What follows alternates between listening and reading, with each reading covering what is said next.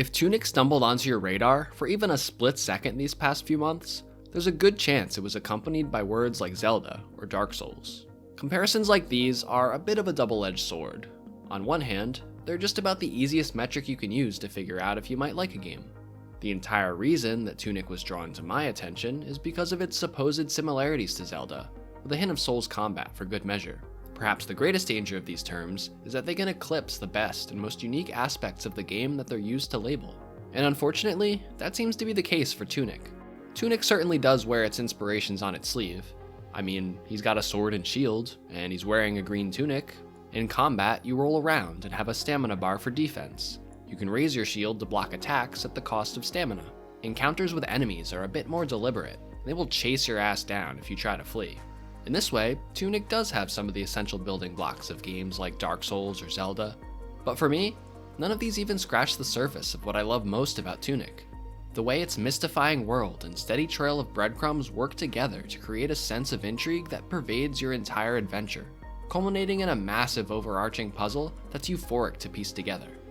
One cryptic clue will lead to the next, stringing you along until you begin to form crazy conspiracy theories about how it's all connected. This is the crux of what sets the game apart from Zelda. Yes, there are puzzles, but Zelda puzzles are generally confined to a single room, or at their most complex, an entire dungeon. They're very tactile and tangible. Maybe you need to figure out how to pull that switch, or change that water level. Tunic's puzzles fall into two different categories. The first is simply navigating a top-down isometric world, one that's crammed with secrets around every corner. The solution to these is a change in perspective.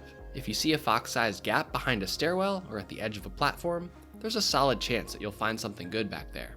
There are even blatant shortcuts that you unlock, simply by realizing, oh, I can go through that nook in the wall and skip that whole section. You'll also unlock plenty of traditional shortcuts as well, by throwing down ropes, lowering drawbridges, and opening up locked gates. The world design here is stellar. Tunic's other puzzles are a bit more abstract. They're more about gaining a better understanding of the world that you're in. And all too often, the solution is hiding in plain sight, just waiting to be recontextualized with knowledge that you'll obtain later. A Zelda game will require you to find the hookshot or the bow and arrow to be able to solve a certain challenge. Tunic has some of that too, but they're more of, oh, that's what that's for. Oh, that's what they were trying to tell me. Or even, oh, that's how I upgrade my health, kinds of puzzles. This knowledge-based progression is a treasure trove for speedrunners.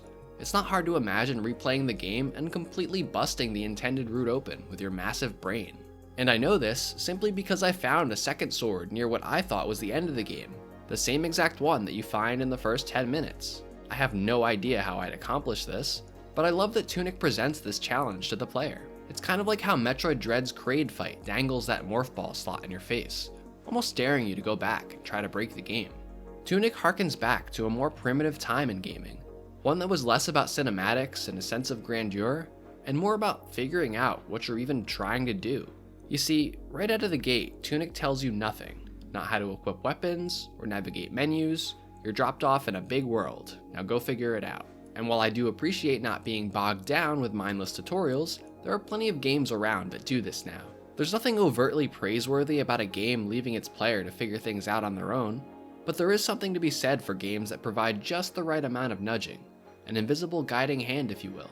Classics like Super Metroid or Mega Man X find ways of teaching you their mechanics and telling you where to go without a word of tutorial text. What makes Tunic special is its own unique way of divulging information to you, a legendary instruction manual?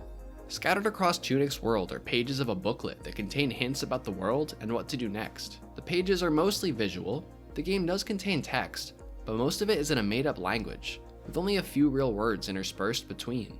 I love the artwork for these manual pages. It's clear that they were going for an old-school game instruction booklet aesthetic, and they nailed it. For you youngins watching this, we actually used to get instruction manuals with our games. Sometimes games wouldn't even tell us the story of why we were playing, and there'd be little mechanics or controls that you'd have no idea existed, or you'd accidentally find them through experimentation or by flipping through the manual. Nowadays, most games forego the manual in favor of a much more streamlined, multi-hour unskippable tutorial in which you play through the protagonist's childhood. The game invokes strong memories of when I started gaming back when I was 4 or 5, before I could even read. Flipping through the manual and seeing mostly gibberish, with a few words here and there that I actually understand, is all too reminiscent of that time in my life. Simple actions like equipping an item or upgrading your stats are alluded to by these pages. And maybe I've just been playing too much Elden Ring recently, but there's something refreshing about the simplicity of figuring out that these flowers I've been finding everywhere can actually be used to increase my health bar. The reward for figuring that out is instantaneous and twofold. Now I have more health, and I feel smart. And that's really what Tunic is all about. Its world is littered with tiny hints and clues to its larger mysteries, and it trusts you to figure out what to do with them. And the payoff of doing so is that you feel like a genius. But don't let me mislead you into thinking that these manual pages only contain instructions for simple game mechanics. They're a clever way to teach you the basics, but they're also so much more than that. These pages contain all kinds of hints to the game's story as well as where you should be going next. There's also a section containing a map of each area, and turning to a map of the place you're currently in will show a little icon representing your current position. You get the sense that there was an adventurer that came before you, scribbling in their own notes in the margins of this book. At this point, I want to stop and give a spoiler warning to anyone who may have been convinced to give this game a try. We're talking late game puzzles, the game's endings, so be warned. The end game is pretty tricky, and I'm not sure I would have figured it out if I hadn't been slightly spoiled by a review that I read before purchasing the game. But I don't want to rob anyone of the satisfaction of piecing everything together on their own. So if you'd like to avoid spoilers, now's the time to go play. Everything I've described up to this point should give you a good idea of what to expect for most of the game. You collect 3 magic hexagons, you bring them to a magic door, you confront what appears to be the final boss. And that's when things start to get weird. See, you can beat the final boss and be done with the game. You'd be left with an impression of a tightly designed, 8-hour isometric adventure with challenging combat and a neat in-game manual. That's all the game is, right? And if that's all you're looking for, you can probably stop here. The ending is a little unsatisfying, but it's not all that different from the never-ending cycles of death and rebirth often portrayed in these sorts of games. But completionists will be left flipping through the pages that they've assembled thus far, unable to shake the feeling that something's missing.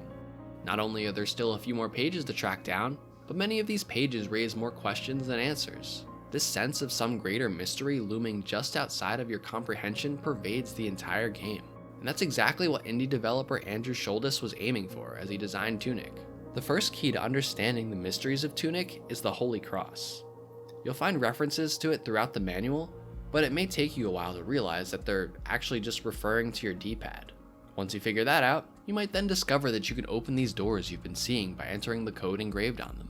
This will get you closer to the goal, but finding the final page will require you to combine every bit of knowledge that you've gathered up to this point. This page contains a grid of numbers, suspiciously all within the same range of the numbers of pages in your book. Big brain players will conclude that each spot in the grid corresponds to a manual page. But what about them? It turns out that if you turn to these pages and inspect them really carefully, you'll find part of a maze-like path embedded within each of them. I started to feel like a madman as I got a notebook and pen, drew out a grid, and started to fill in each box. Even with this understanding, discovering the hidden message within each page is a puzzle in and of itself. A coffee stain that you previously ignored, or a path on a map highlighted in gold, are now suddenly points of interest. I really enjoyed this recontextualization of the manual pages. Suddenly, a page explaining what different items do means so much more. And sitting there, flipping through the manual and scribbling lines on a grid in a notebook is a gaming moment that I don't think I'll ever forget. But to be clear, I don't think I would have ever figured this out all on my own. Like I said earlier, I knew a few things going in, like how there was part of a hidden message on each page. Collecting one of the prerequisite manual pages requires hunting down 10 fairies, a collectible I didn't even know existed until I consulted a guide. And the massive puzzle that I just described to get the final page isn't even the hardest puzzle in Tunic. It's just the hardest one you need to solve to get the true ending. For puzzle solvers who crave more, Tunic still contains a plethora of extra mysteries to solve beyond this point. Much in the same vein as Fez or La Mulana, the breadcrumbs are all there, if you really look. But I think the only people that will find them all are those that revel in these types of meta puzzles. You know, people out there translating this made-up language somehow. Or people like me, who aren't too proud to consult a guide every now and then to get the ball rolling. And therein lies the dilemma of Tunic. It's a game with 2 distinct halves, optimally enjoyed by a player who not only craves exploration and combat, but will also stay engaged when those take a back seat to a much more puzzle-oriented, almost riddle-solving experience. Players who lose interest in the game's second half can still find satisfaction in the first ending, but the air of mystique that the game had been building on up to that point will sadly go largely unresolved. I wouldn't blame someone for leaving the game unfinished with a bitter taste in their mouth, having grown so attached to the world, and finding out that they needed to switch genres to see it through to the end. But in a way, it feels like Tunic is designed to be a collaborative experience. There's this recurring theme of sharing your knowledge throughout the game.